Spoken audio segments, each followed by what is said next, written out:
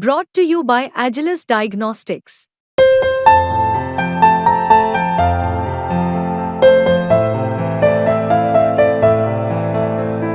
Agilus Diagnostics. नमस्कार, आप देख रहे हैं बिस्तक। मैं हूं आपके साथ अर्णिमा द्विवेदी।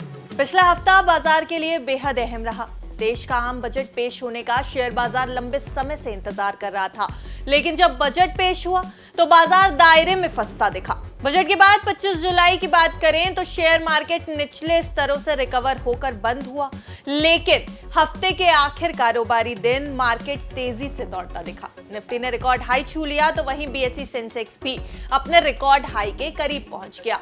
बाजार में सभी सेक्टर्स के शेयर चढ़ते दिखे। यानी बात की जाए तो हफ्ते के आखिरी कारोबारी दिन यानी 26 जुलाई को बाजार ने बेहतरीन क्लोजिंग दिखाई है। अगस्त सीरीज के पहले दिन बाजार ने रिकॉर्ड तोड़ परफॉर्मेंस दिया है। बाजार ने 5 दिनों की मंदी को एक ही दिन में पचा लिया। 26 जुलाई को खत्म हुए हफ्ते में पॉजिटिव ग्लोबल संकेतों, पहली तिमाही के नतीजों और बजट घोषणाओं के दम पर मिड और स्मॉल कैप इंडेक्स ने सेंसेक्स निफ्टी से बेहतर प्रदर्शन किया। इस हफ्ते के दौरान BSE mid cap, large cap और स्मॉल कैप इंडेक्सेस में 3%, 1.5% और 3.5% की बढ़त होती दिखाई दी। अगर बात की जाए निफ्टी की तो निफ्टी पिछले हफ्ते 24,835 अंकों के स्तर पर बंद हुआ, जो कि 1.24% की बढ़त थी। वहीं निफ्टी बैंक 51,296 अंकों पर यानी 1.86% की बढ़त के साथ बंद हुआ। निफ्टी मिड कैप सेलेक्ट 12,687 अंकों पर 4.04 की बढ़त के साथ बंद हुआ है।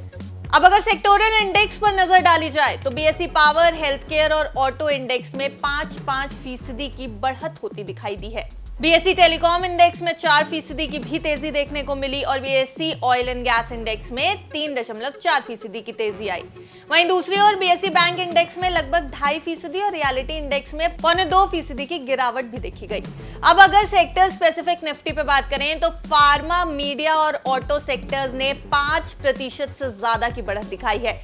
एनर्जी और एफएमसीजी सेक्टर्स की बात की जाए तो 0.3% से ज्यादा की बढ़त इसमें देखने को मिली है। आईटी सेक्टर में भी लगभग 0.3% से ज्यादा की बढ़त देखने को मिली है। हालांकि पीएसयू बैंक्स और फाइनेंशियल सर्विसेज 1% की लगभग गिरावट दिखा रहे थे यहां पर।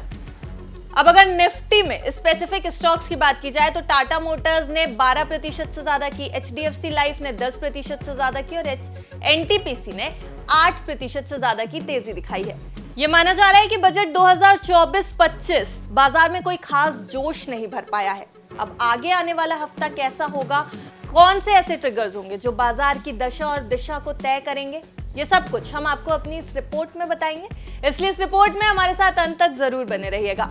चलिए अब बात कर लेते हैं कि आने वाले कारोबारी हफ्ते में कौन से ऐसे बड़े इवेंट्स होंगे जो बाजार के ऊपर इंपैक्ट डाल सकते हैं। इस हफ्ते के अगर बड़े इवेंट्स की बात की जाए तो 30 जुलाई को यूएस का जॉब ओपनिंग का डेटा आना है। 31 जुलाई को फेड का इंटरेस्ट रेट का फैसला और बैंक ऑफ जापान का इंटरेस्ट रेट पर फैसला आना है। 1 अगस्त की अगर बात करें तो जुलाई ऑटो बिक्री के आंकड़े आने हैं। एचएसबीसी मैन्युफैक्चरिंग पीएमआई का डेटा आना है। यूरो जोन के Q2 ग्रोथ के आंकड़े भी 1 अगस्त को ही आएंगे और बैंक ऑफ इंग्लैंड का ब्याज दरों पर फैसला भी 1 अगस्त को ही आएगा।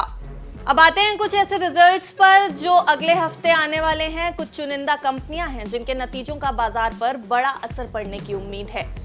तो 29 जुलाई को कोलगेट, बीईएल, एसीसी, एटीजीएल के नतीजे आने हैं। सीएसबी बैंक और अपोलो पाइप्स के भी आने हैं ये नतीजे।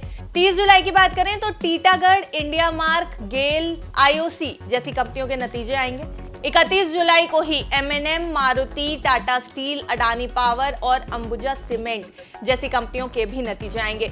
वहीं अगर 1 अगस्त की बात की जाए तो अडानी पोर्ट्स, आईटीसी, सन फार्मा, टाटा मोटर्स, टाइटन और यूपीएल के नतीजे आने वाले हैं। बाजार के लिए पॉजिटिव क्या होगा अगले हफ्ते, ये भी बात कर लेते हैं। कच्चे तेल की कीमतों में नरमी की उम्मीद की जा रही है। दरअसल ब्रेंट क्रूड का भाव 2.26% गिर चुका है, जिसके बाद कच्चे तेल की कीमतों में गिरावट की उम्मीद की जा रही है। रुपए की डॉलर के मुकाबले एक अच्छी रिकवरी हो सकती है। 26 जुलाई को डॉलर के मुकाबले रुपया 6 पैसे मजबूत हुआ था और ये माना जा रहा है कि आने वाले हफ्ते में रुपए में ये मजबूती जारी रह सकती है। तो ये तो वो ट्रिगर्स थे जो बाजार के लिए बेहतर माने जा रहे हैं। अब अगर बात की जाए तो शेयर मार्केट के लिए नेगेटिव क्या रहेगा, ये इस पर भी नजर डाल लेते हैं। बीते हफ्ते एफआईआईज ने 4,721 करोड़ के शेयर बेच दिए हैं, जिनको बाजार के लिए एक बड़ी चुनौती के रूप में देखा जा रहा है। एफआईआईज बीते हफ्ते नेट सेलर रहे हैं। 4,721.26 करोड़ रुपए के शेयर्स बेच दिए हैं एफआईआईज ने। हालांकि यहां पर एक बेहतर बात यह रही है कि घरेलू संस्थागत निवेशक यानी डीआईआईज इस दौरान नेट बायर भी रहे हैं। उन्होंने 8,109.78 करोड़ रुपए के शेयर खरीदे हैं। तो ये भी बाजार के लिए एक नेगेटिव भी कह सकते हैं एफआईआईज की तौर पर, और पॉजिटिव अगर देखा जाए तो डीआईआईज के तौर पर ये थोड़ी पॉजिटिव खबर आ रही है शेयर बाजार के लिए। विशेषज्ञों का मानना है कि आने वाले हफ्ते में बाजार की रफ्तार जारी रह सकती है। हालांकि बाजार के जोश में कमी देखने को जरूर मिल सकती है। कुछ जाने माने ब्रोकरेजेस की सलाह पर गौर करें तो जियोजीत फाइनेंशियल्स का कहना है कि शॉर्ट और long term capital gain tax में बढ़त ने बजट के दिन वॉलेटिलिटी को बढ़ा दिया था। ब्रॉडर मार्केट नए ट्रिगर के अभाव के कारण स्पीड खोता हुआ दिखाई दे रहा है। हालांकि सरकार का राजकोषीय अनुशासन और विकास पर अच्छा संकेत है, लेकिन एफआईआईज मौजूदा हाई वैल्यूएशन और वित्त वर्ष 2025 के पहले तिमाही के नतीजों को देखने के लिए मौन साधे हुए हैं। इस बीच डीआईआईज ने बाय ऑन डिप्स की रणनीति का इस्तेमाल जारी रखा है। जेएम फाइनेंशियल और ब्लिंकेट के टेक्निकल रिसर्च टीम की माने तो उनका कहना है कि निफ्टी का ऊपर की ओर रुझान रहेगा और निफ्टी मौजूदा स्तरों से 25,000 के अगले मनोवैज्ञानिक रेजिस्टेंस की ओर बढ़त दिखा सकता है। तो कुल मिलाकर विशेषज्ञों के मुताबिक बाजार बजट के दिन के नुकसान की भरपाई कर चुका है। बाजार के पॉजिटिव अमेरिकी जीडीपी आंकड़े और बेहतर ग्लोबल मांग की उम्मीदों से सपोर्ट मिला है। आगे घरेलू बाजार की दिशा नतीजों के सीजन की स्पीड से प्रभावित होगी। इसके अलावा अमेरिकी फेड और बीओई की मौद्रिक नीतियों, अमेरिकी रोजगार के आंकड़ों और यूरोजोन जीडीपी आंकड़ों सहित दूसरे ग्लोबल इकोनॉमिक अपडेट से भी बाजार के रुझान के प्रभावित होने की उम्मीद की जा रही है। अगर बात की जाए कि निफ्टी और बैंक निफ्टी के अहम लेवल अगले सप्ताह क्या रह सकते हैं, तो निफ्टी का सपोर्ट लेवल 24,750 से 24,630 के बीच रहेगा। रेजिस्टेंस लेवल 24,980 से 25,095 के बीच रहेगा। निफ्टी का सपोर्ट लेवल 51,050 से 50,950 के बीच और बैंक निफ्टी के रेजिस्टेंस लेवल 51,650 से 51,800 के बीच रहेंगे। तो बाजार का पिछला हफ्ता भले ही थोड़ा उतार चढ़ाव भरा रहा हो, कहीं कहीं वॉलेटिलिटी जरूर देखने को मिली है, लेकिन आने वाला हफ्ता बाजार के लिए स्मूथ देखा जा रहा है। ब्रोकरेजेस और विशेषज्ञों का भी यही कहना है कि बाजार को बजट के बाद जो नुकसान हुआ था वो उसको पचा चुका है और आने वाला कारोबारी हफ्ता बाजार के लिए पॉजिटिव रह सकता है। आपको क्या लगता है हमें कमेंट करके जरूर बताएं। और साथ ही एक जरूरी जानकारी कि अगर आपको शेयर मार्केट में कहीं भी दांव लगाना है तो एक बार अपने फाइनेंशियल एडवाइजर की राय जरूर ले लें, क्योंकि ये खबर सिर्फ आपकी जानकारी के लिए है। बने रहें बिस्तक के साथ। बिस्तक आपके लिए लाया है प्रीमियम मेंबरशिप प्रोग्राम, जहां आपको मिलेंगे कई सारे फायदे, जिनमें मार्केट न्यूज़लेटर, लाइव चैट पर आपके सवालों के सबसे पहले जवाब, मार्केट आउटलुक, वीकेंड पर मार्केट स्कैन, एंकर्स के साथ चैट और भी बहुत कुछ।